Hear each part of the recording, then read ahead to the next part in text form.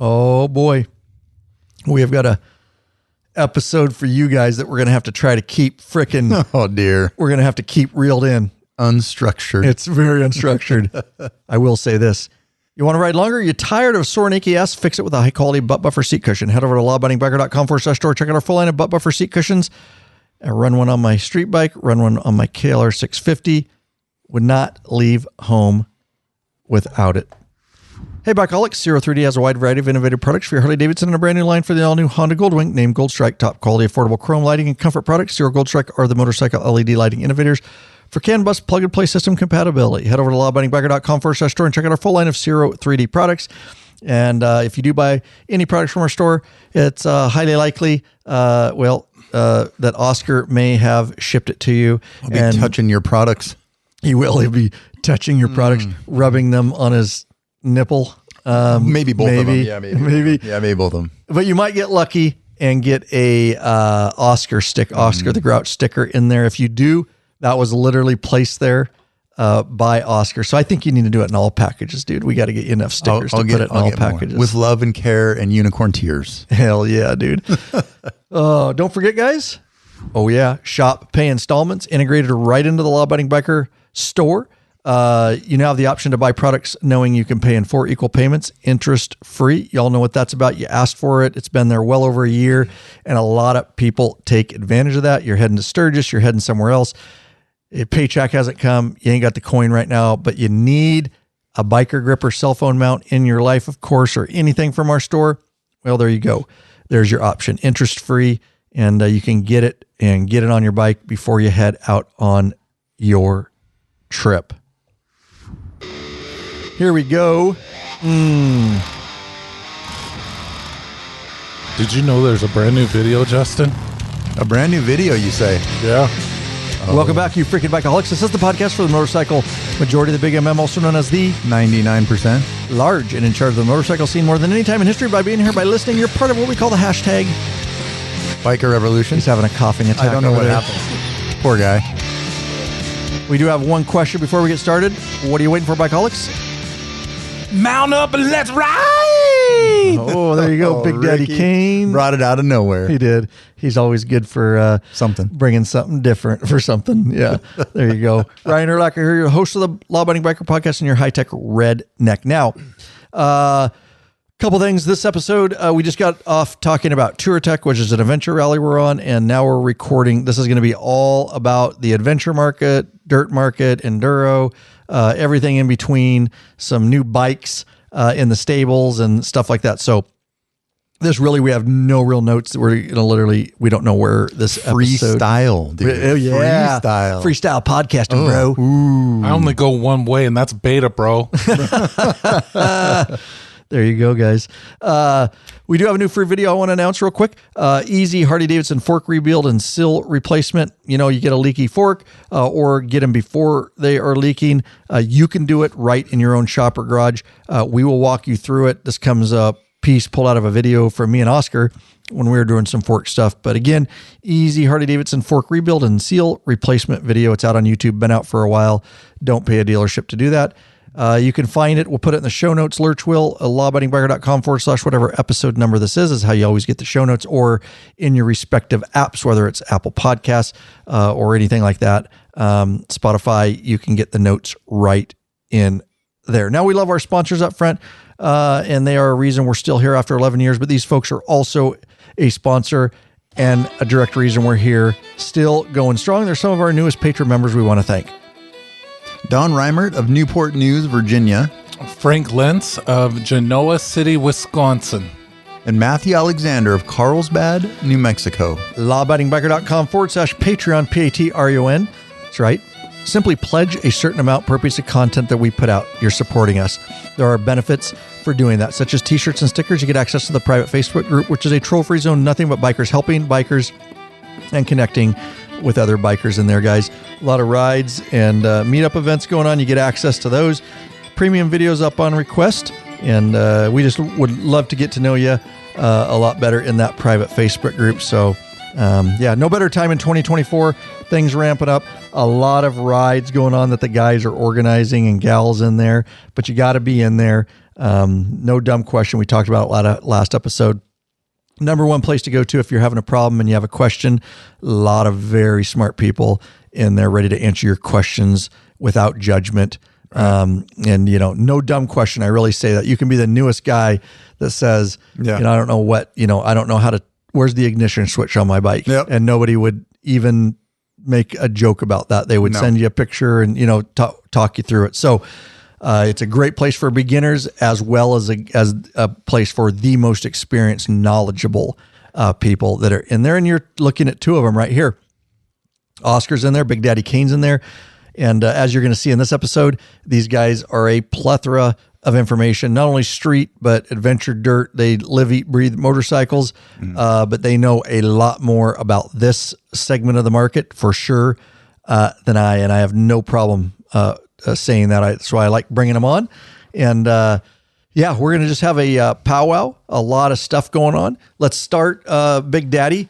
Let's just start with, so Big Daddy, if you didn't know, is, I always introduce him as the guy that changes bikes more often than I change underwear, which is about once a week. And anybody who's known Big Daddy, and you see that online and in the social media presence, and we love him.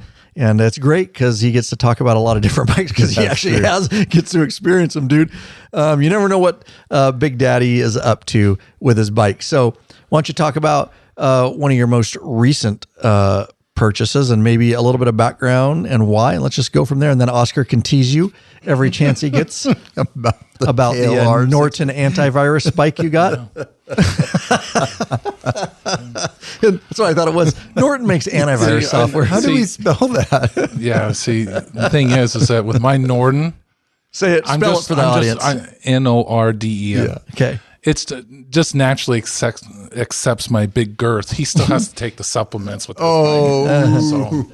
Here we go. Supplements. Starting already. There you go. I can't wait. So I have a KLR 650. Best bike in the world. Which is, I call the tank. I call it the tractor tank. It's just got a nice little deal to it. And then I've owned for a year. I'm pretty sure like today is like the year that I bought the Norden 901. And I've really enjoyed that bike. In fact, I just did a ride with Brian after Brian brought his new Norden Expedition, and we just did a 323-mile day and went up over Little Natchez Trail. Got into some rocks that were very similar to going up to the Pyramid Peak, yeah. And it handled it pretty well. I'm going to need to put some progressive springs in the front, but that's the only deficit I've found so far. Okay. It's not a KLR 650. Right. I mean that, so. It's not. Fine. It's a Norden. Honestly, I'll just be quite honest. None of us around here knew what the fuck a Norden. Oscar probably did. I did. Me and Matt were like, what the fuck is that? No, we're not talking about, I'm just saying it's not a bike you see everywhere. And in fact, at the Tour Tech Rally, very few of them. Yeah. So which brings me to my point. I have a lot of points and questions. Is they're not probably, from my view, and I'm not saying it's a bad bike, so I don't want that at all. I don't know enough about it, but it's interesting that it's not out there very much. And maybe there's reasons for that, or is it new? I honestly, Rick, I don't know shit about it. Like, why are there not very many at the Tour Tech Rally? And why don't you see this widespread Norden thing? Or Oscar, maybe maybe it's a company, or maybe they only produce so many. Really, I don't know anything about why this thing isn't in the wild very much. I will tell you they are very huge over in Europe. Okay. And you're a little bit European. European with your on your face. Sweatshirt. You're on your face. I got to give you one for that. That was fucking sweet, dude. I walked right into that. That was nice, dude. I that's props, bro. I don't know. That was snappy. Okay. European on your face. That was great. I don't even know where you. Oh, good. All right. I like when I get burned. I still got a little captain left in me. That was awesome. Okay. I'm proud of you. So yes, they are bigger over in Europe. there was probably about 8 to 10 that I saw at the rally, both Norden and Norden 901 Expedition. But those could have been a couple repeats and guys wearing different stuff. They were all parked, by the way. Except for the one we saw on the single track. Right. And then that said, I'm done with that. Yeah, Ricky's like, look, there's some Nordens. I'm like, yeah, they're still not moving. This was an ongoing thing at the rally. It's funny that he's saying that because Bonnie kept looking over at me and goes, these Nordens are doing tougher tracks than he's riding. Well, through the parking lot was a little rough. It was to the shitter. So just to give our viewers, our listeners, a little background. Basically, anything when you're talking Norden 901, that's basically a KTM 890. Okay, all right. That's all it is. They just put a little bit different body style on it. They tried to make the Norden more of traditional rally type body styling with the old circular headlight. But may I stop you just for a second? I have a lot of questions. Real quick, you said they made it different than a KTM. I'm really this stupid. Does KTM make Norden? Well, I mean, the same company. KTM owns, that guy from India owns KTM and Husky. Who do we determine? Whoever we determine. This is where I want to go. Okay. This is where I want to go. We had this conversation at night. Well, we had the conversation with that guy with my buddy that I made good friends with, the KTM guy. Okay. Gotcha. So originally KTM buys Husky and they are the same. Like they are literally just different colors. Right. And then KTM made a decision to keep them separate. Okay. So you have a mother company, and it's not actually KTM, but KTM's the motorcycle mother company, but they're produced in their own factories with theoretically their own leadership and design in people. China. I was going to say Turkey, but yeah, I don't know. Is it China? They're moving it to China. Some of the stuff is going to China, but it's not American made. Asian? No, it's European bike. Yeah. Asian KTMs and the Norden is still made in Europe, but a lot of the motocross MX, dual purpose bikes, and any of the KTMs that are being sold over in the Philippines, which is a huge market. We know Southeast Asian's a huge market. Those are all being produced in Asia by CF Moto. Okay. So they're Can-Ams. I'm trying to wrap this. So, instead of building it in Asia and then sending it over, they've gone into bed with a company they've now got all their engine specs, everything that they could. Yep. We know the Chinese aren't going to necessarily end up on Temu. Respect everything. Right. No, so you're talking about CF Moto. CF Moto, like right now, is coming out with a 650 adventure bike that looks a hell of a lot like a KTM 790. Okay. I'm backing up a little bit because I missed it. So KTM owns CF Moto too. No, I thought Can-Am owns CT. Okay, but CF Moto. CF Moto is a Chinese company that was making bikes for. They're making the motors. Oh, so that's what you say. They have all the specs all of a sudden and stuff. And they're like, CF Moto is its own manufacturing company. I can't believe the Chinese would do that. I thought they were in the up and up. They are. Oh, for sure. Sorry. Okay. So this is fascinating stuff. So and basically it's to the point now to where anything that's for the Asian markets, just like Harley with their Street 750s and Street 500s, they're making them right there. Discontinued. Well, they're still making them for other markets, but other markets, same thing. So like my Norden was made in Europe. I don't know to what extent the KTMs, because anything that's coming to U.S., they claim is still coming from Europe. But then I've read articles where they're making the motors and then shipping them to Europe and then loading the motors in. And like who knows? Who knows? KTM knows. And they're not really going to tell us where the stuff's coming from. Right. You know what I mean? So I guess we'll see in probably 5 years, we'll see the production quality and we'll know. Can I ask this? And I do want to talk about your Norden. That's what's great about these conversations. We're just going to go wherever it takes us. So I guess in my mind, I obviously don't own a company that big. Why the fuck is it necessary to do that? Why do we need to, if it's the same bike, the Husky and the KTM, why are we doing that? Like, why not just make a line? You know what I mean? Now because we got Norden, we got Husky, but they're all the Norden's a Husky. Okay. But you're talking about better part of 30 or 40 years of lineage to these bikes. So Husaberg and Husky and Husaberg merged. I mean, you're talking about like even into the late 70s. Okay. These bikes are separate, but they have devout followings. Oh, okay. So it's in the benefit of the company to keep the name. Yes. Even though we all know this, I am getting educated on it. Right. But maybe a lot of people don't.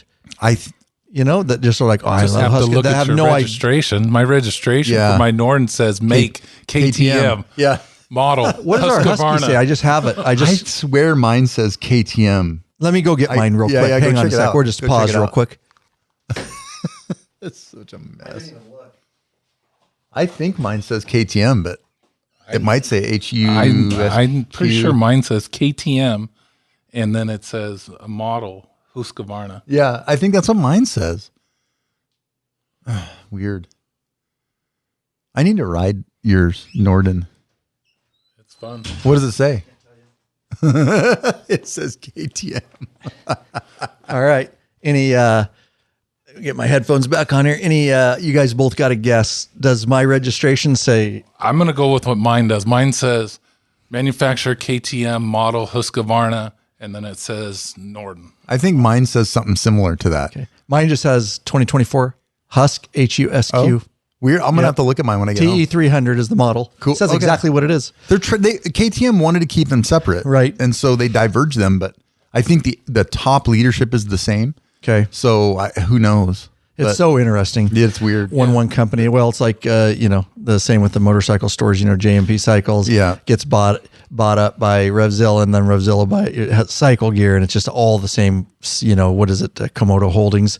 Well, Bass Pro Shops owns Cabela's or whatever. Oh, okay. You see they're separate and then they start to merge, and then pretty soon it's not Cabela's anymore. Right. Who knows what they're so interesting. Do. Yeah, I don't. So back to the Norton. It's not the KLR. It is not. Back to the Norden 901. You can continue on before I sidetracked you, but I just wanted to make sure that you said it's a lot like the KTM. I wanted to establish that it's basically a KTM. Yeah, the motor has been tuned a little bit differently, and the frame probably has its own little pieces, but it's basically the Norden 901 is based off of the KTM Adventure 890 is what it's based on.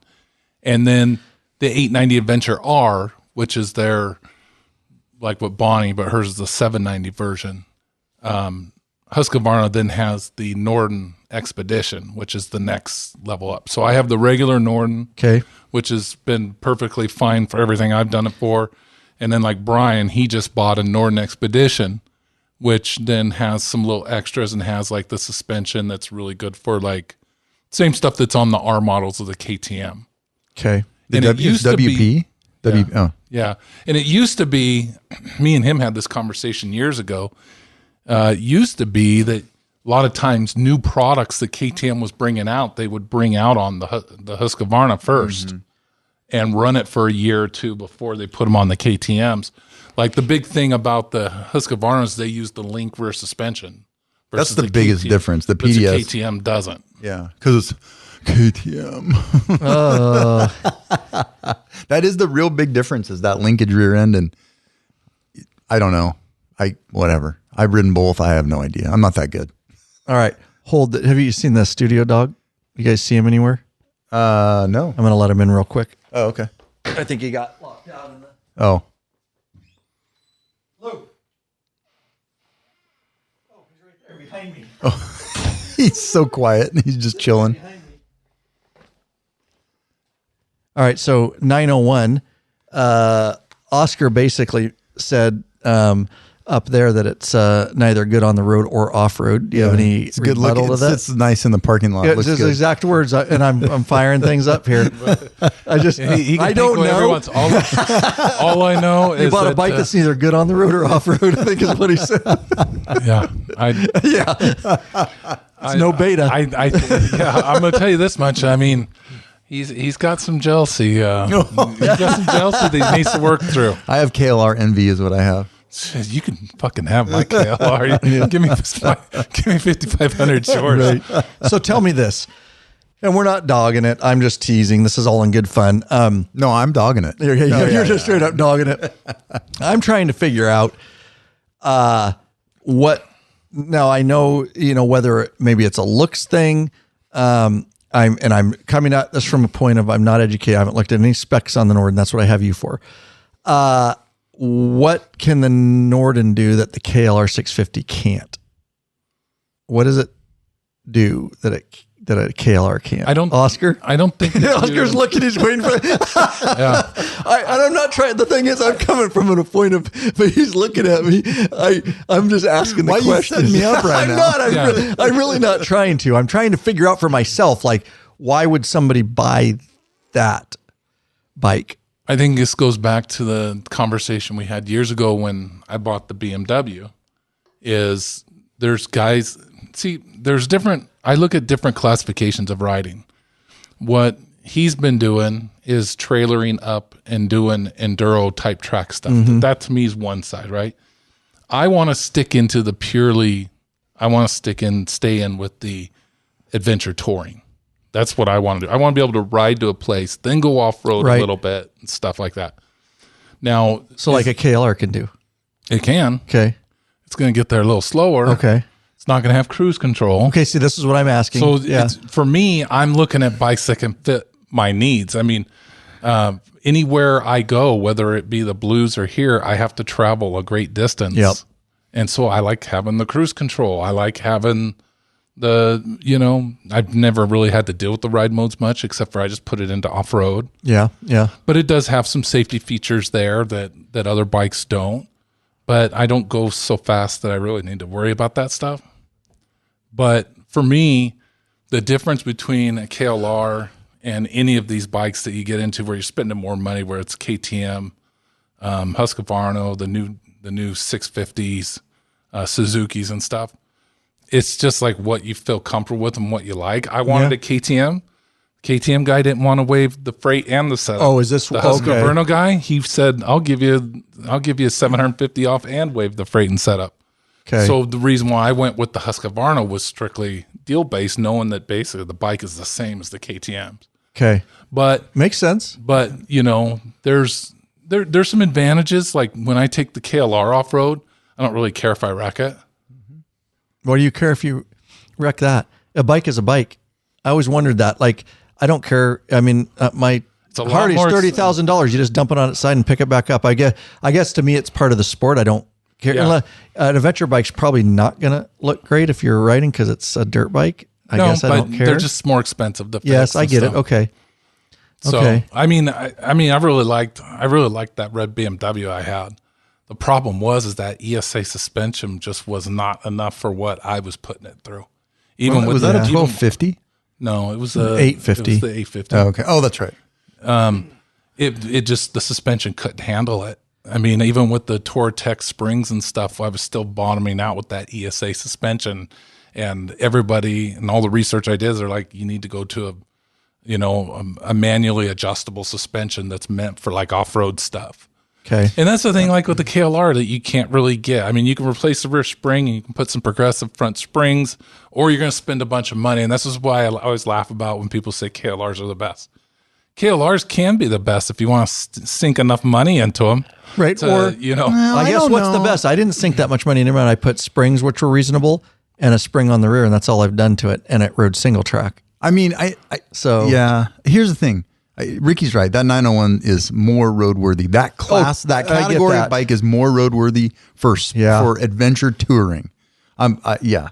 Like, I don't know. Okay, I would take the KLR to Alaska or Florida, but but Ricky's right. It would get there slower and it's not as comfortable. You don't have the passing power. Yep. Beyond that, that all makes sense. I mean, if you really want to get into slick suspension, then that's why I think Husky and Gas make that 701, the 690R, is you're getting dirt bike suspension on a bike that rides like a freaking dirt bike that you're not going to ride 200 miles to your destination. You're going to trailer most of the way. So with the KLR, at least you can upgrade the suspension for under a couple of grand, which is, I've got $1,000 into my Husky suspension just to rework the WP. I didn't even buy new stuff. And it's a solid do-all bike, but it's not a 500 mile a day bike. Correct. It's just not. No, it has a category. Yeah. for sure. And that's this is it's a great conversation. Right. Yeah. I mean, I think I would rather have I guess, what does that bike weigh in at? 450. It's close to the KLR. Yeah. It's the KLR is 432. Yeah. It's, I think it's like 450 something. Okay. Yeah. I was looking at it when I was looking at the adjustments on the rear dampening, and I was going through the specs, but I don't want to quote specific figure, but it's consistent with that whole middleweight market. Right. They're pretty. What is it at Norden? Norden 901. 901 weight. We'll just do some Googling here. 440. So about 450. Yeah. Without fuel. Dry. That's what the KLR is. It's coming in about 450 with fuel. That's what I said about 450. Because I remember going through it and I was looking at the specifically the tire pressure specs, because for off-road, they say they want you to run 26 and they want you to run 36 on-road.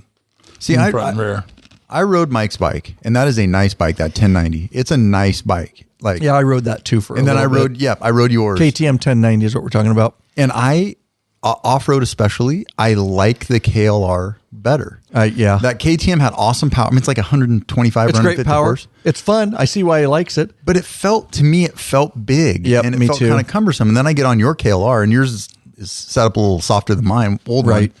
But I'm like, this thing feels like it's made to be here. It does. That 1090 feels like it's more to be on the road. Oh, I bet it rips on the road. I know, you know what I mean? Mike and I'm not saying that in a bad way. Right. And can you ride it off-road? Yeah. There's guys that ride Pan Americas and jump them. You know, like we said, you can do anything for a magazine article. Is that normal? No. Definitely, the 1090, I get why he likes it. But definitely, and that's where we can get into categories. Those are definitely just bigger, heavier. Yep. They're definitely more suited for road. I feel like, and none of these are a direct comparison to KLR, because you're talking about totally different. No technology, ride modes.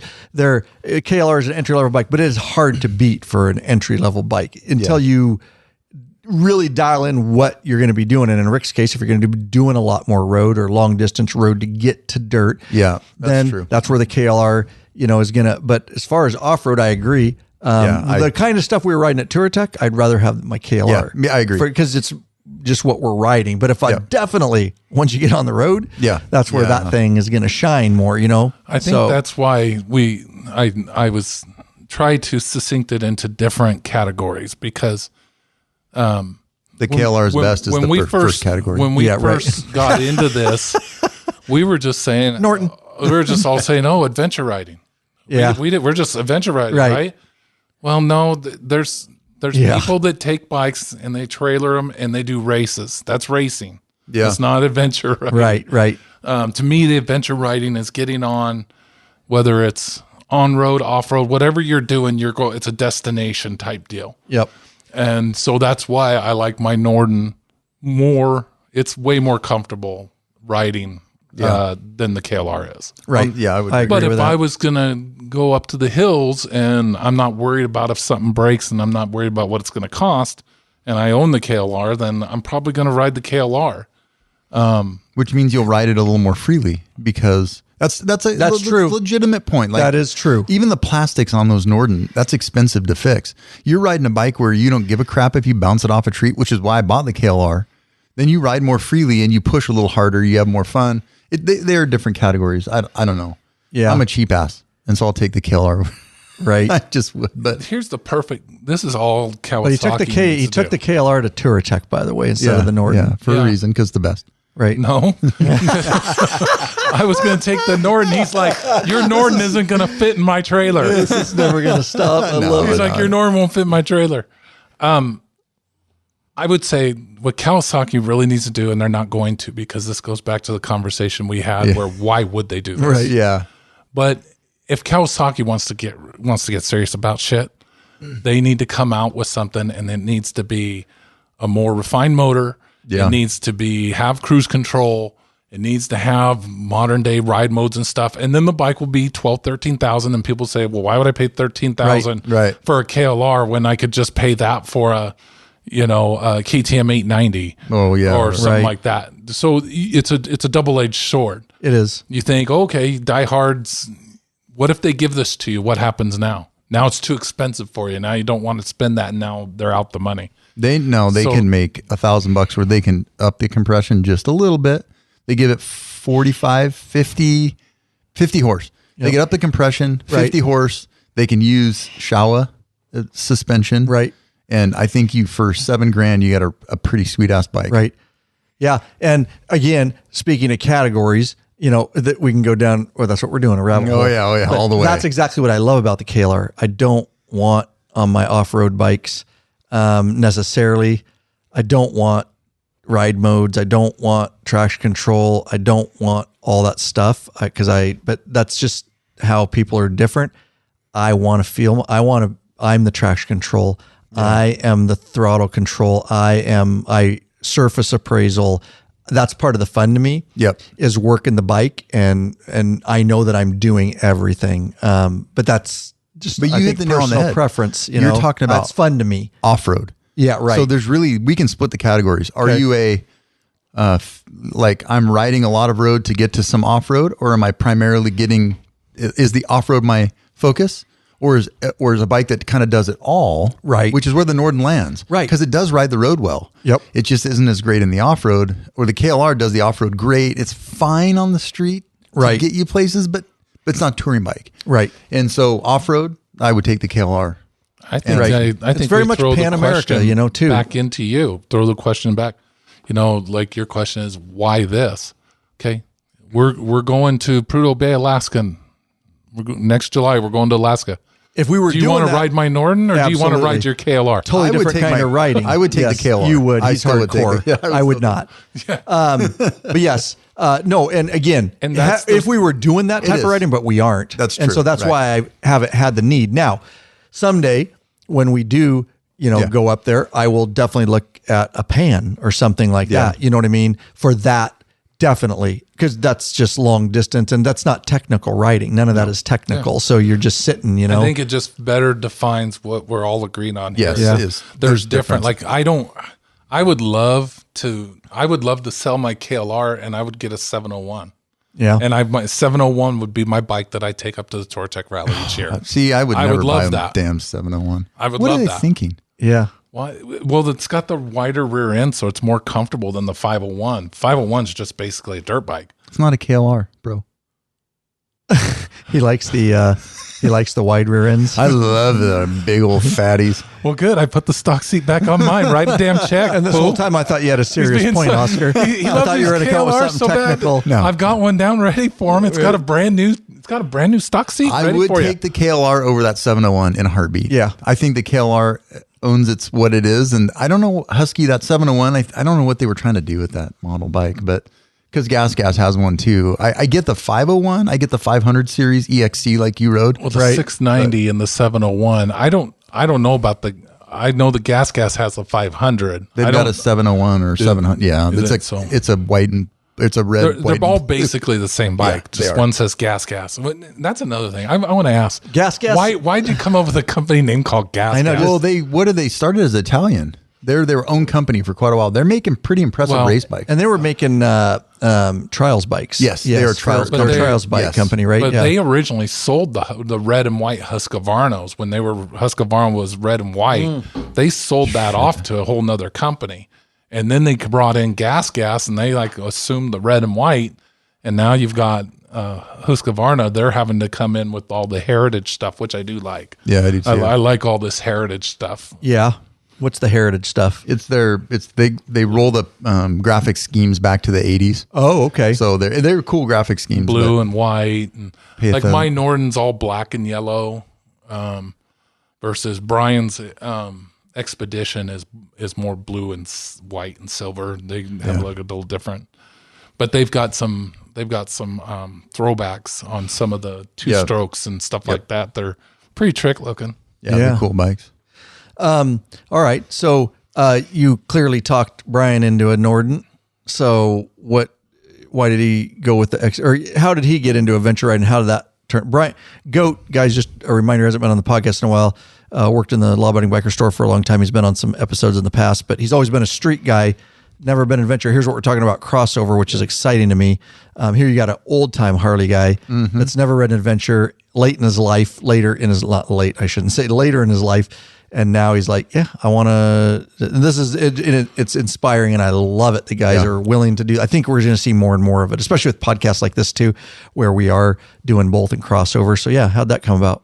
Well, he used to race two-stroke dirt bikes in his 20s. When he got out of the Marine Corps, he was racing down at Horn Rab and stuff. When we started first dipping our toes into this, he kept saying, I would like to, but I don't have health insurance. Yeah, and the last thing I need to do is go out and get injured. When we started getting into it a little bit more, that's when Cindy came to me and said, you need to get the life flight. Yeah, you can buy the helicopter insurance. Buy a helicopter insurance for $70 a year. And that way, if something happens. But he was originally, he kind of came up out of nowhere, because for years we've all kind of mentioned it to him, and he was always like, yeah, well, I got my mom, I got this. Well, his mom went into a more stable living environment, which freed up a little bit of time for him, but he's still actively involved with her. And so he was looking at the KTM 790, which is from our last episode, and a little bit of bleed over from this one. That's the bike that CF Moto is making with the KTM name on it. Right. Yeah. And that's Bonnie's bike, right? That's what Bonnie was riding. Oh, she's riding the 890. 890. Yeah. Well, she has the 790R, but it's different than the 790. Okay. This new 790 is basically a way for them to offer a bike that's a little bit more reasonable than the 890, because it doesn't have adjustable suspension and everything. And it gets them in at a low bucket price.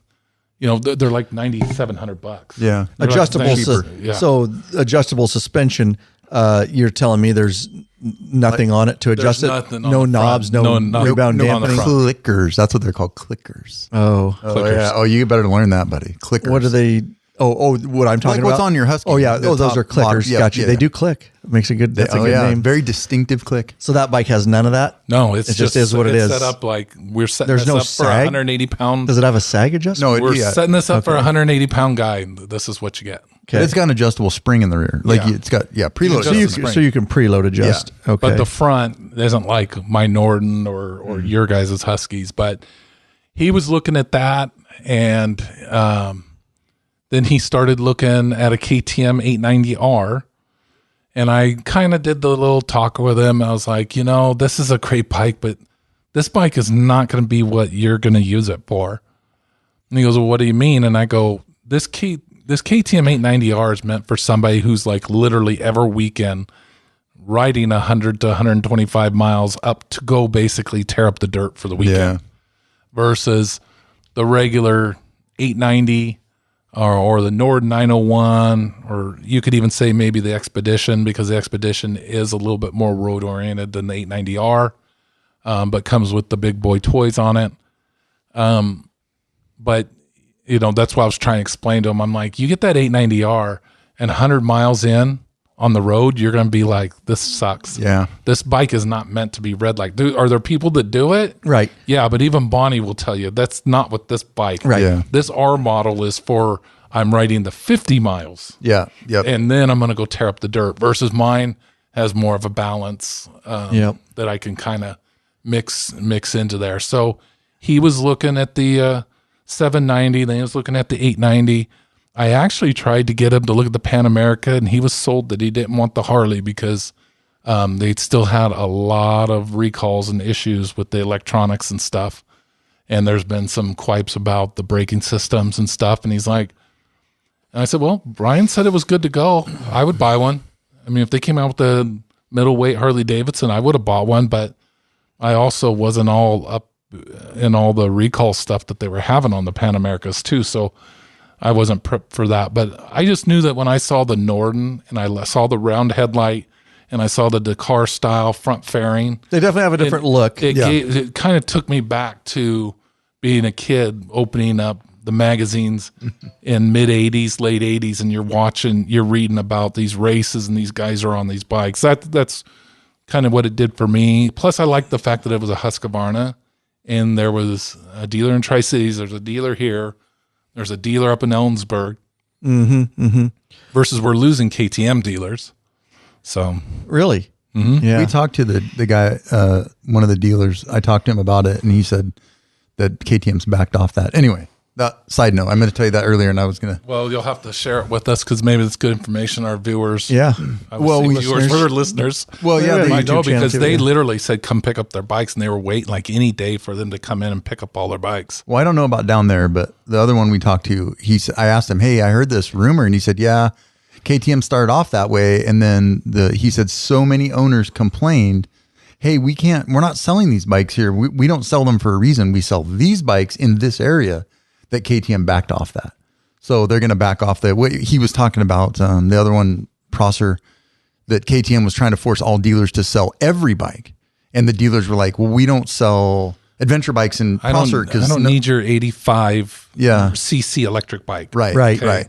And so our kids want little gas. I remember us talking about this up at the rally. Yeah. And so anyway, so I guess the owner of the other one, we went. They were forcing them with stock they can't sell. Yes. And then they're paying floor fees. Yes. And he was talking about that. And he said, at some point, now the bike, they sell it, they've paid floor fees for a year. And it's more than the bike. It's more than the bike's worth. And so KTM backed off that. Okay.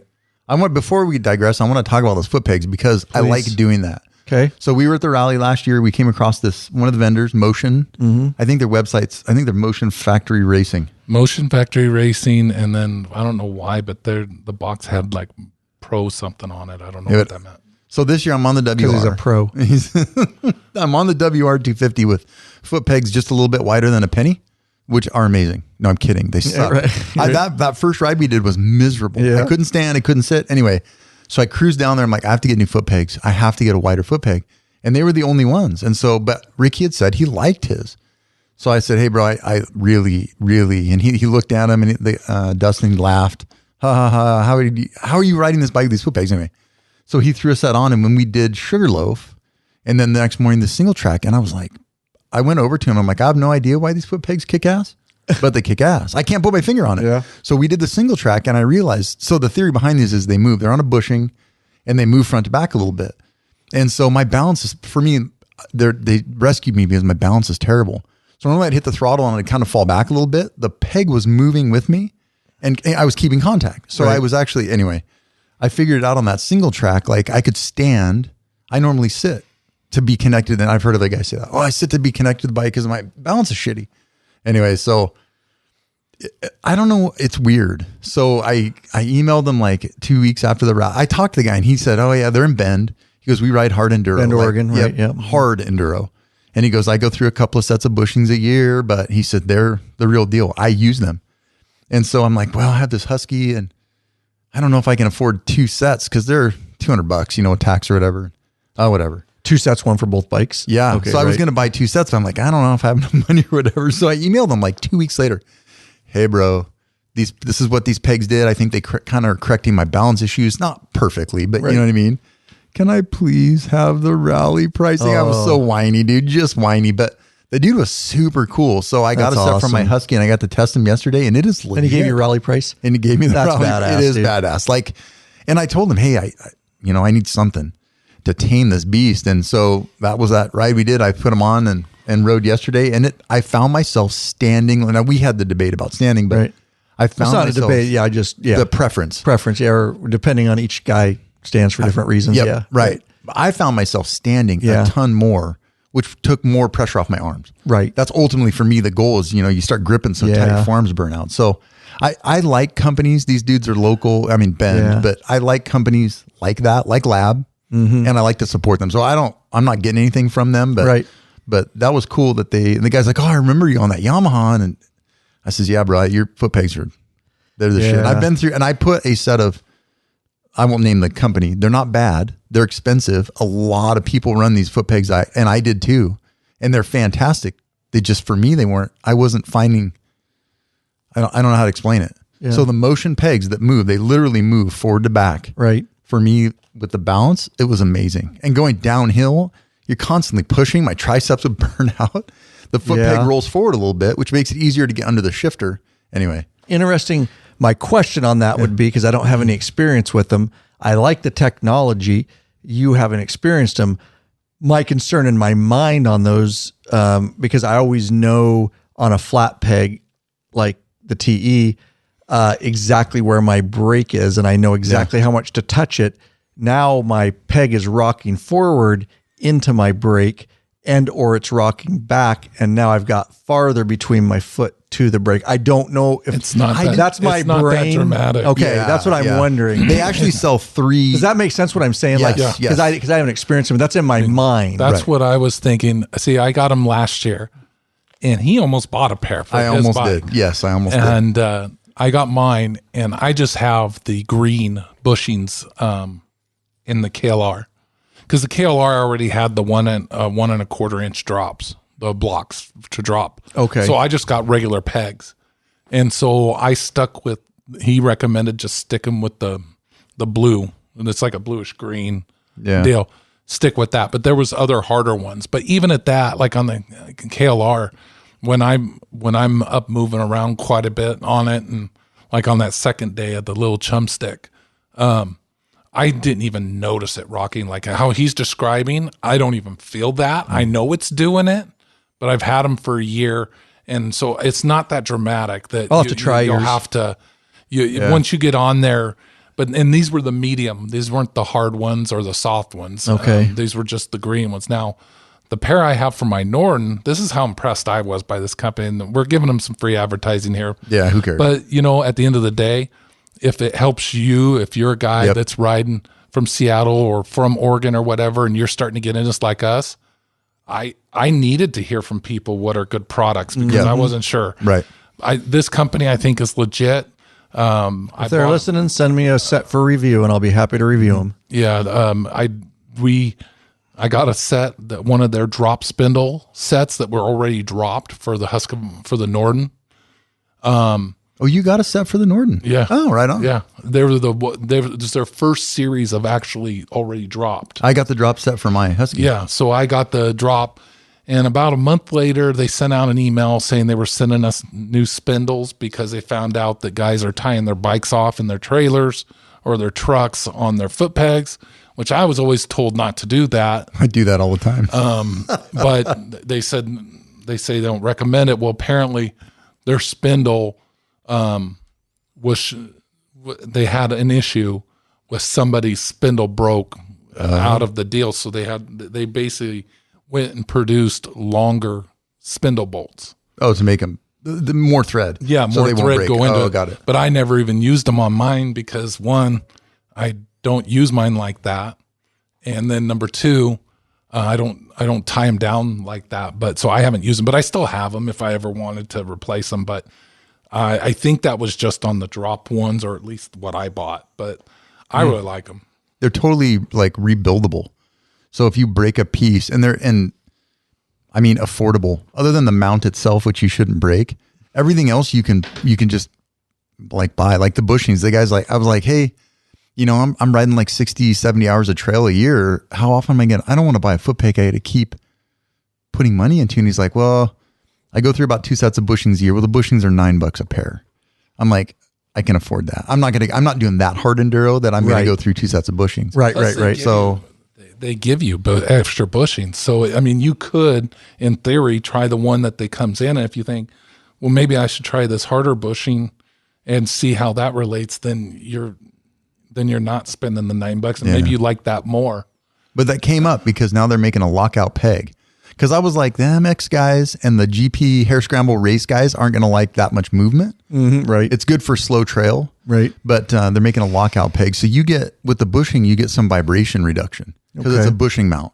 So it's kind of cool. I don't know. Look, all I know is I'd like to try yours. Yeah. We'll have to swap bikes. I want to try your clutch anyways. So yeah, good stuff. Let's do this real quick, and then we'll stay on track. We're getting close here, and let's cover this there, Oscar, if you can. ride longer and treat your ass with some respect already. Get hooked up with a premium butt buffer seat cushion. This company of bikers developed a super thin, hospital-grade seat cushion made of solid and elastic materials.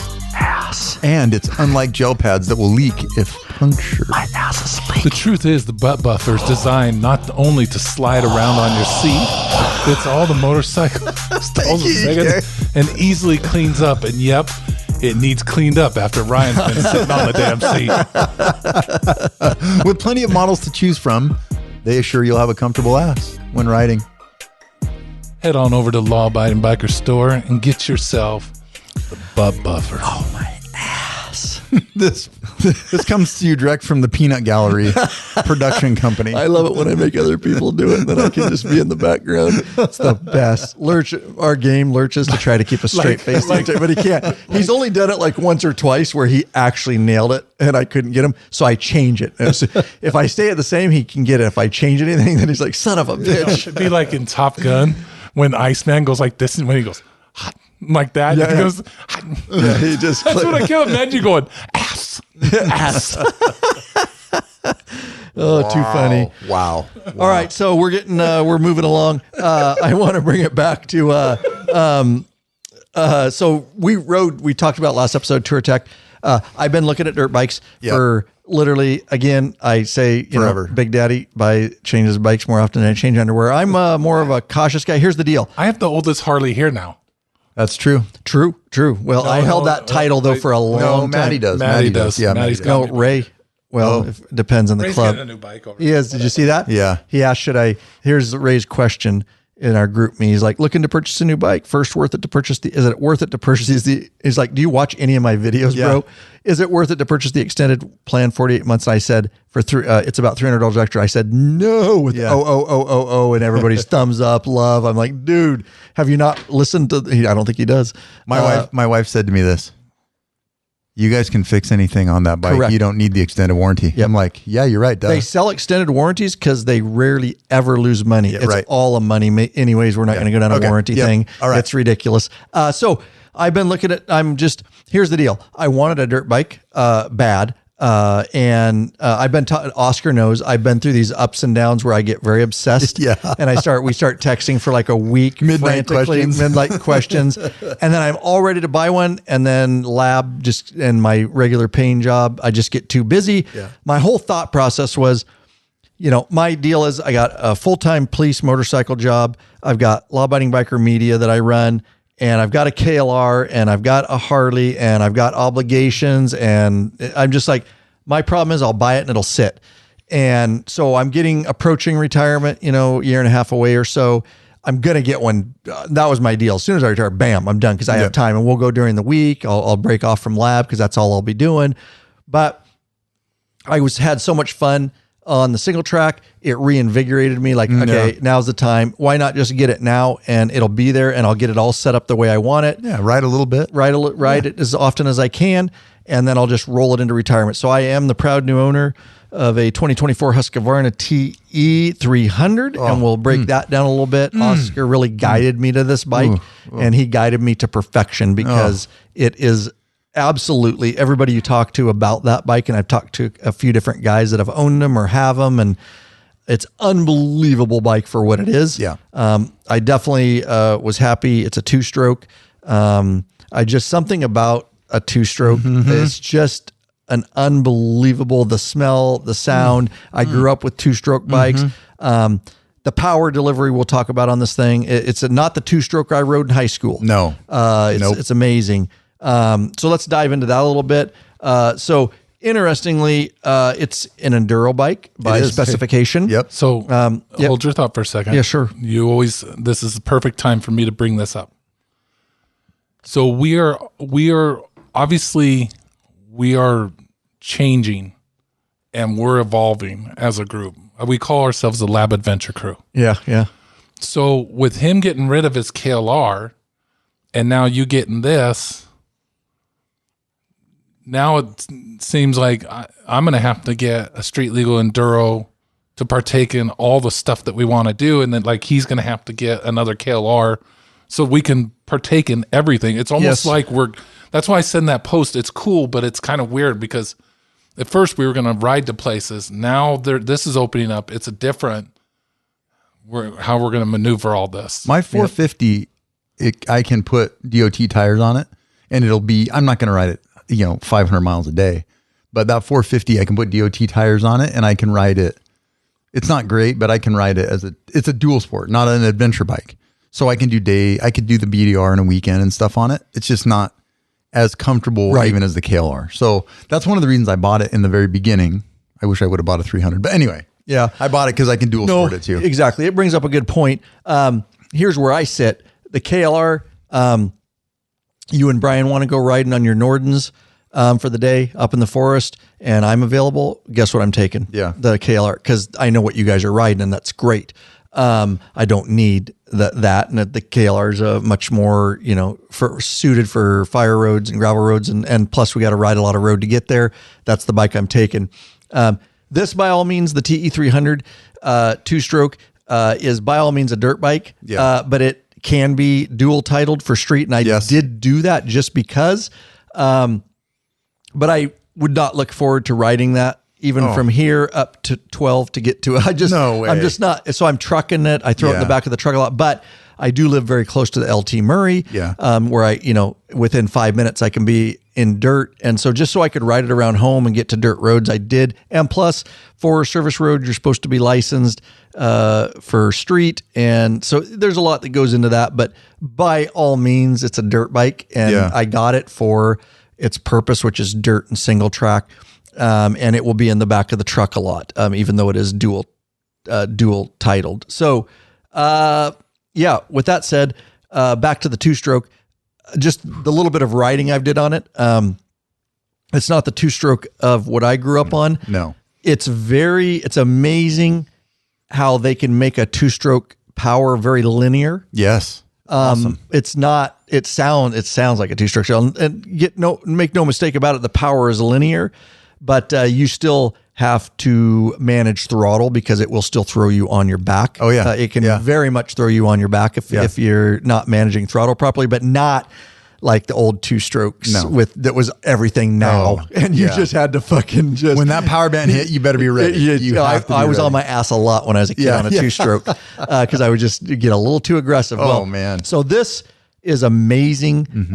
The fact that back in the day with those two strokes, like there was no lugging, no tractoring. It was high RPM stuff. You had to ring it out. Yeah. You can literally, I cannot believe that you can lug this thing and it will tractor to a certain extent for a two-stroke. Amazing. It's amazing. Unbelievable. Now, my question is, because you're more technical than me, although I felt all this and I am finding the time to ride. Yeah. We're going hopefully out tomorrow morning to do a little riding on him. The fun factor, the smile on my face, I was ripping the shit out of that thing. Yeah. How do they get to that, to where they can make a two-stroke? What have they done technologically to get a two-stroke to do that, to act so different? Is that a mapping thing? Because mapping helps, right? Okay. And fuel injection. Fuel injection makes a ton of difference. Now, like a lot of guys, two-stroke dudes that race like the carburetors because it's different. And so if you're hare scramble racing or motocross racing where you're always at the same elevation, it's no big deal. But like if we go to the Little Natchez and we start at 2,500 feet and then we end at 7,000 feet halfway through the day, you're not going to pull over and rejet your carburetor. So with fuel injection, you can get a more precise fuel oil mix. That was part of the problem is premix. Okay. You're stuck with a 50-1 or 40-1 or whatever. So if you get up and you get, too much fuel delivery, foul plug, or you're not getting enough fuel delivery in the carburetor because you're high elevation or whatever. So this is constantly controlled. So they can run the compression a little higher and get a little bit more power. And then with the 300, remember all those I had a YZ250, a 1990 YZ2. They're 250s or they have the 500s, but the 500s were a handful. Those are a lot of bike. It was the 125s and the 250s. 125 is what I rode a lot. Yeah. So you're riding a 300. Yeah. So anytime you increase bore size, you get torque out of it. Yeah. That's why diesel motors are inline six with big giant pistons. Well, because you get more torque out of it. So they can get a 300, which seems to be an ideal mix of torque and horsepower, precisely metered with air and fuel and oil. And man, they just lug like a it's awesome. It is. They changed the definition of a two-stroke. And I know a lot of you listening have that in your mind because maybe when you're growing up, but it's different. This is definitely enduro bike, mostly, like I say, dirt, and then single track is the big thing. That's what this one was built for. Exactly. You guys say it's unbelievable for single track. It's I just rode one the other day, and it was part of it is the rotate. My 450 is a bigger piston. He's got a Husky 450. Husqvarna FE 4-stroke Enduro. Okay. Yours is a TE 2-stroke Enduro. Yes. And the rotating mass of the 450, it's weird to conceptualize, but once that mass is going, it's hard to, it takes more work to move it. Okay. So you're riding tight single track where you're moving the bike and you're making tight turns, and the rotating mass of the 450 is throwing you forward or to the right, and you got to go left. Okay. With these, because it's 150 cc's smaller and 2-stroke, so there's less metal to the motor. They feel like a BMX bike. They do. So you can literally look and put it there, and look and put it there, and so you get less tired, which means you can ride harder, longer, right? And you can ride more technical stuff. Versus, I'm just, the 450 is a lot to handle. Like, it produces a shitload of torque. Right. So with those, it's amazing. It is not like the 2-stroke from 1989 at all. It is totally different. I just think of like the stickers, because we all had 4-wheeler magazine or 3-wheeler magazine or dirt bike magazine. We all had those. Dude, I love Things from the devil. That's all we wrote. ATC 110, bro. Yeah, just rolling them over, picking them back up. I will take my 250 or 3-wheeler any day. Yeah, oh, no way. I loved it. 3-wheeler, people even know what we're talking about. What? Yeah, I love 3-wheelers. Our audience probably knows. Yeah. Oh, yeah. But I just remember the stickers. They would always they'd always have the stickers, and it would say 2-strokes suck. Oh, man. 4-strokes truck. Oh, yeah. There was always the 2-stroke 4-stroke. It still is a little bit. It always was, and I was like, listen, if you want to go fast on that linear, then you're on a 2-stroke. But I also watched my buddy do 70 miles per hour on his KX 125 and blow the motor out. Because he was doing 70 miles per hour down Highway 24 trying to get home before it got dark, and the cops would be after him because he's riding on the road when he's not supposed to be. Yeah, right. Honestly, there's still some grizzled dudes out there. Oh, 4 strokes per. No. There is. You see a little bit of it. A little. Dude, when we're on the trails, I'm seeing, hey, look, there's a 450 on the trails. What's that guy doing up here? Like, it's all 300s, 250s. Okay. The 250 is different. Right. It requires a little more RPMs, but I'm seeing very few 4-strokes. And the reason we're seeing 4-strokes is because those dudes didn't know, and they bought a KX 450 and went, I want to try the trails. And then they're up there. Yeah. Because they're primarily hare scramble motocross guys that occasionally ride the trails. The dudes that are riding the trails are riding those. Yeah. The KTM or the Yamaha's got the YZ250X, but it's a race bike. So it's a little harder to ride in the woods. Okay. But those Enduro 300s are all over. Look what they're riding. Look what Graham Jarvis is not riding a 450. Right. He's riding a 300 2-stroke because, dude, they're just, and all the guys other guys I ride with, I'm the only one riding a 4-stroke. They're all riding 300 2-strokes. KTM's. Did you see my video on my Norden when I was jumping the ravines and stuff? Oh yeah, dude. On the group? That was amazing. I missed it. It was amazing. It was awesome. I'll have to look now. It's like it was epic. It was almost like a combination of Kid Rock, Trump, it was America, Eagles, and Jesus all coming down. And they picked me up on my Norden, and I went over this ravine. When I hit, I gave it a gas, so it looked like it was peeling out the tires when I landed. Oh yeah, I got to see this. If he was on his KLR, he wouldn't have needed all that help. He would have just gone right over. It just looks sexy. Oh yeah, the big old saddlebags in the air. Well, you did steer me in. I am glad because Oscar pretty much told me this is the bike, and it is what I've ridden it so far. Like whether it's dirt or single track or just out at the slab, for me that is like the perfect bike. I absolutely am in love. I'm dialing in suspension, just dialing in, where the power is and figuring everything out. Unbelievable. And there's just nothing to me. I don't know what it is. You're smiling right now. I know, dude. I am. There's something about, like, they say the brain, like all our senses have to go through certain things. Smell is our strongest because it skips part of the brain and it goes straight to. So you have a lot of memories with smells, right? And that's what they say. Sometimes you'll smell something like an orchard. Yep. Like I grew up in orchards when the blossoms, and it brings back very distinct feelings. And that is what 2-stroke smell and sound. The smell like of a 2-stroke. We started it, and I was back there. Yeah. Me and Oscar, we started the 2-stroke when I got at the dealership, and we're revving it in some smoke because it's still running rich because it's cold. And we're both just like, I love getting the 2-stroke in our face there, and the sound, dude.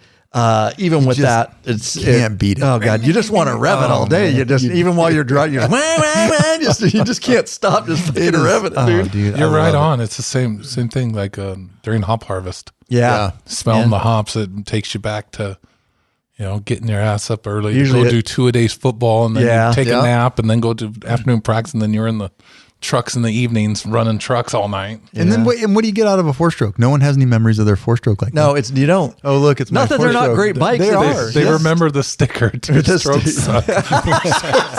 Truck.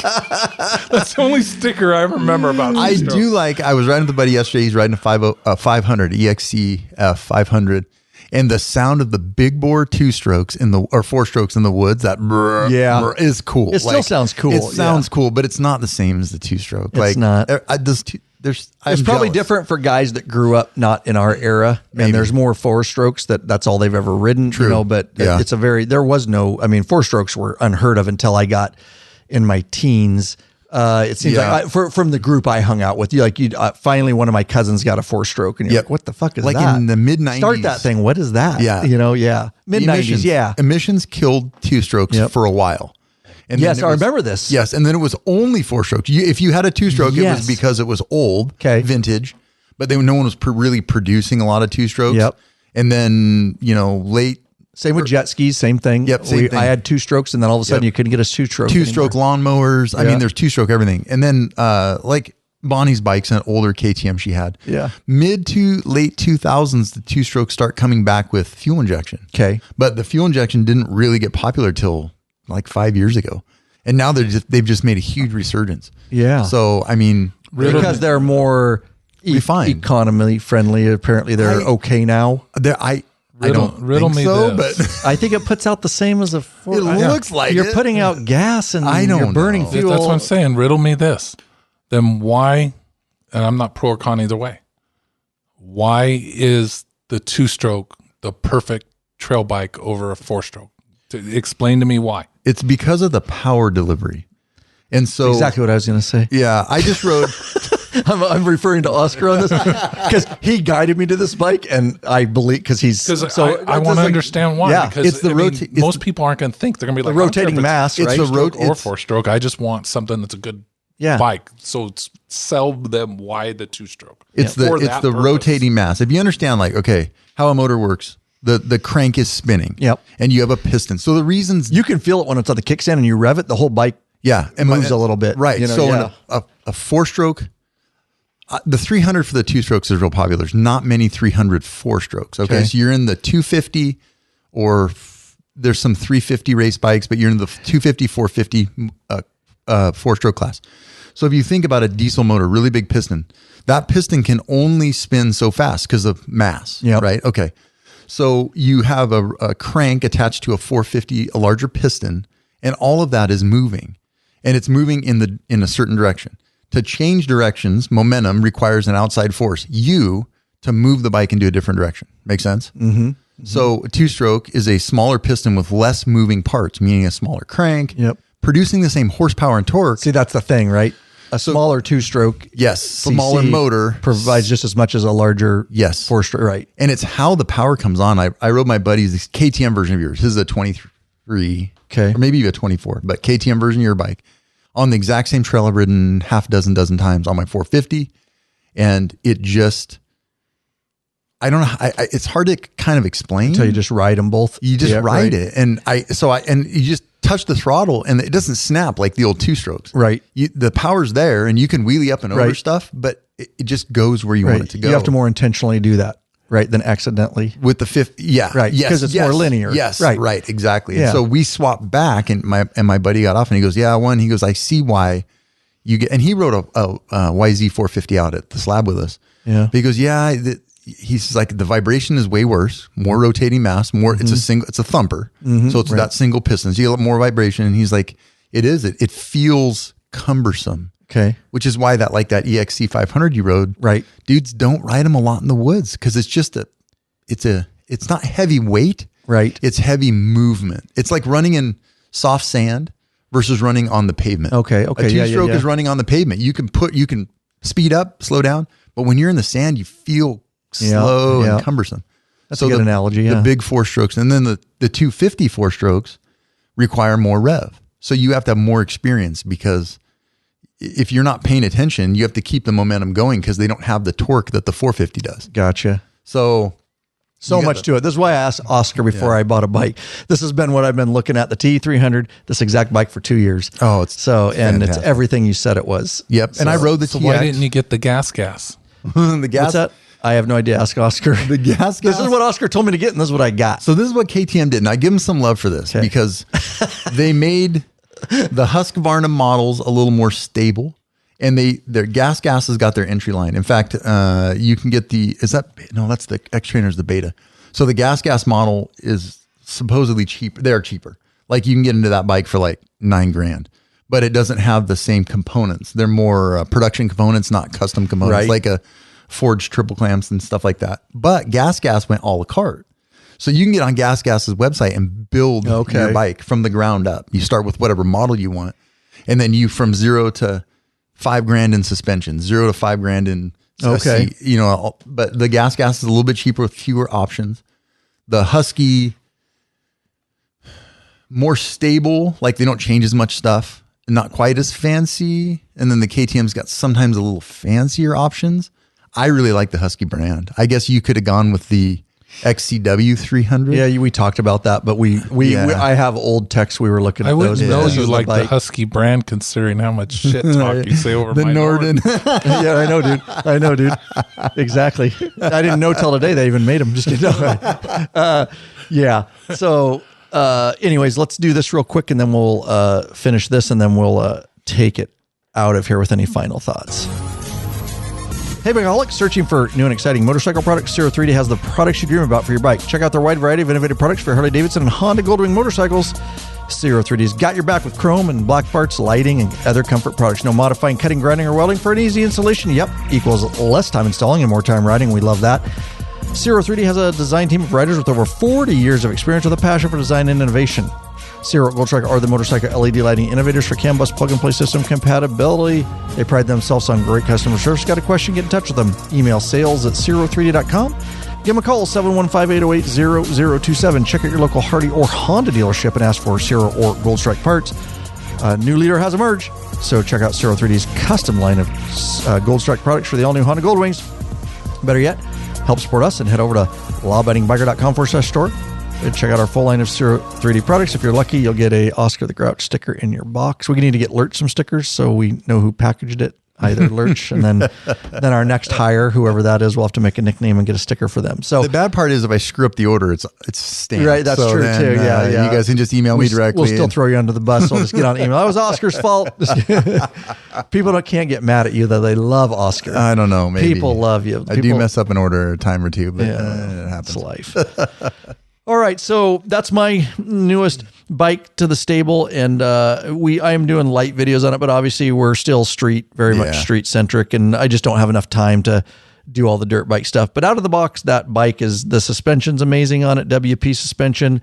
I'm dialing that in. Of course, I did some other little parts and stuff, but by far you could ride it right out of I rode it at the slab right out of the box, so it's amazing for what it is, and Oscar is we will be riding together tomorrow morning. Tomorrow morning, I think so. Yeah, and I know Big Daddy is probably within the next week. We'll do a mysterious post of another enduro bike he has now, because that's just what Big Daddy does. Just all of a sudden, a bike shows up, and he'll be trading, and he'll trade the motor out of his Norden for the motor out of a dirt bike. He just does weird shit. And then he sells parts, and his bike has no foot pegs anymore or handlebars. He gets excited, he just goes. Yeah. I don't know. Sorry, I love you, brother. I've had my Harley for 4 years. That's nothing though. We can go back on. I can go back and talk about all the bikes for a year. So let's go. We're going to do a list for the next podcast of all the bikes that we can remember over the last 5 years that he's had, and we'll still miss some. Yeah, for sure. That's fine. It's fine. Gives him real life experience. We love you. I'm happy with what I have now because now I'm on a fixed income.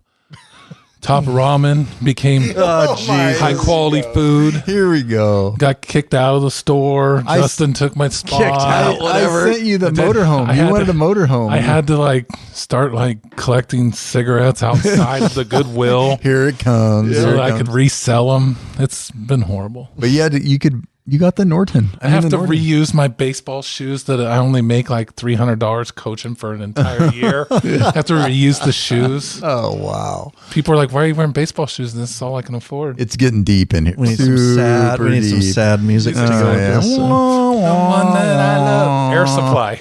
Yeah. I will finish it by this, guys. We're going to take it out of here. These guys got other things to do. I appreciate them coming up here and spending the time. The adventure market blowing up, Enduro. We didn't even get into that. Maybe I thought we would, but we didn't. That's okay. It's blowing up. It's hard to follow. There's a lot. It's blowing up for a reason because there are a lot of crossovers. People are seeing the opportunities. Like I said up front, if you're not riding, just street and you've ever thought you should, even later in life, we're seeing like Goat got into it now.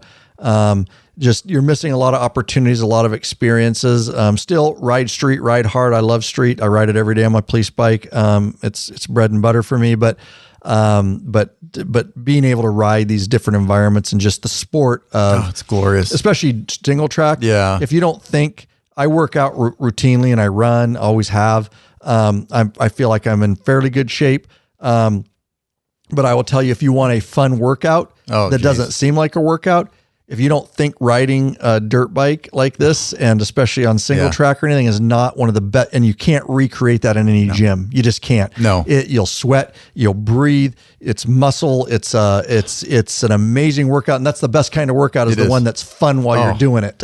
It is. Yeah, it is amazingly fun. Yeah, I think any kind of riding. That's one thing I've learned the last 2 years is a week before I start stretching. I even like when I was taking Goat up a couple days before, I was stretching. You start to realize, okay, this is a weakness for me. I better stretch. I better keep my muscles fluid because I don't think people realize how much work it really is. Big Daddy was whacking off 10 times a day, getting his wrist, his throttle hand, and no tennis ball for him. No tennis ball there, but that doesn't happen. I'm sorry. I'd like to admit that is, and I have that kind of virility. But unfortunately, I don't. Oh man syndrome. Even adventure bike riding will get you a good workout. You're hitting the logging roads and moving those big even bikes on the KLR, around. Yeah, it is a workout. Yeah. You can kind of take it to what level you want. But I do want to publicly blame Oscar for forcing me to buy a dirt bike. He's tried to force me for 2 years. And I told Matt that it was completely 100% Oscar's. But it is cool. We're a very diverse, I think more diverse than any other channel or podcast is that we do all this, although we stick just a lot of what we do is street just because I can only get out so much content, but we do ride adventure. We do ride dirt. We have a broad knowledge. And so hopefully, and a lot of the skills translate, but it's so translatable. It's unbelievable. I get off a day like yesterday of the trails, some of this hard stuff. And when I get on my Harley, it's such a pleasure. Yeah. Because it's easy and it's relaxing and it brings a smile to my face. Yep. Like they complement each other really well. I think. No, that's a good point. I really have enjoyed street riding more now that I dirt bike ride than I did before. That's awesome. Yeah. You said that before. No, I agree. I'll have to see if that translates for me too, as I try to do more dirt bike stuff and then be back on my Harleys. So yeah, guys. All right. With that, I appreciate, like I said, we could go for literally 6 hours. Yeah. There was so much stuff I wanted we covered what we could cover and we had fun doing it. Yeah. Beta boy over there. Appreciate you coming up. Beta or die, bitch. Beta or die. Beta or die. We do want to thank these folks. Now, we would like you to become a patron member. The reason is we want to get you benefits. We want to get to know you better. But hey, for whatever reason, you just want to leave a flat donation, we never balk at a flat donation. Matthew Jones of Baldwin, Missouri, after asking a question on our contact form, that is an option, and we do appreciate that. The donations, we try to answer those questions up front, obviously. Eric Miller of Fayetteville, Pennsylvania, and Eric Waldner of Henry, South Dakota. Shout out. lawabidingbiker.com/donate, or go to the homepage. There's a donate button, lawabidingbiker.com. Helps put a little fuel in the Law Abiding Biker gas tank so we can keep this thing moving on down the road. and it also helps put a little 2-stroke oil in my 2-stroke oil tank, so I can smell that beloved 2-stroke coming out of that exhaust. I could just sit in front of it and just sniff it and drink a beer. Yeah, I got something you can sniff. Sniff this KLR exhaust. You know what, Rick? We were talking about how the sense in your brain of smell skips a lot of receptors and it brings back specific memories. It's butthole for Rick. It brings back high school. No, it reminds me of the time that you rolled over on the side of the bed and my ass cheeks were planted on your nose. It could also bring back nightmares. That one brings me back nightmares, not good memories. Hey, Brian, look at the surprise. He's like, why is it so dark in here? Dude, I will say up at Touratech, BDK took a crap that was like, he stunk the whole trailer up. And then I go in the bathroom. He doesn't. It was you. He didn't open the lid. He didn't open the vent. Or turn the fan on. This is what he told me when I called him on. He goes, well, I didn't want us to start driving and the vent be up. I go, dude, we could have put it down before we drove. That's ridiculous. I put that vent up several times because I had fake windage. Sharing is somebody not caring, was going Ricky. behind and closing it, so that's why. Sharing is not caring, bro. Dude, not that kind of sharing. Just gonna say that the smell within that trailer was unbelievable, dude. It wasn't me. Wow. Whatever. You only pooped once. Oh God, dude, it's horrid. Remember that time that at the store? Wasn't that cool? That one time that Lurch ruined the whole fucking toilet. Oh yes, dude. And they had to come in and replace the entire toilet. He about shut down the whole building. Leave it to Lurch. He's not even here to defend himself. Sorry, Lurch. But he's editing this right now going, you motherfuckers, that was not me. He was convicted, so it doesn't matter. No choice. And there is no appeal. Thanks, guys, both of you. Really, I appreciate it. You're great friends. Had a great time. Love chatting with you. And just to take the time to do 2 episodes back to back like that, I very much appreciate it. We're out of here, guys. Peace.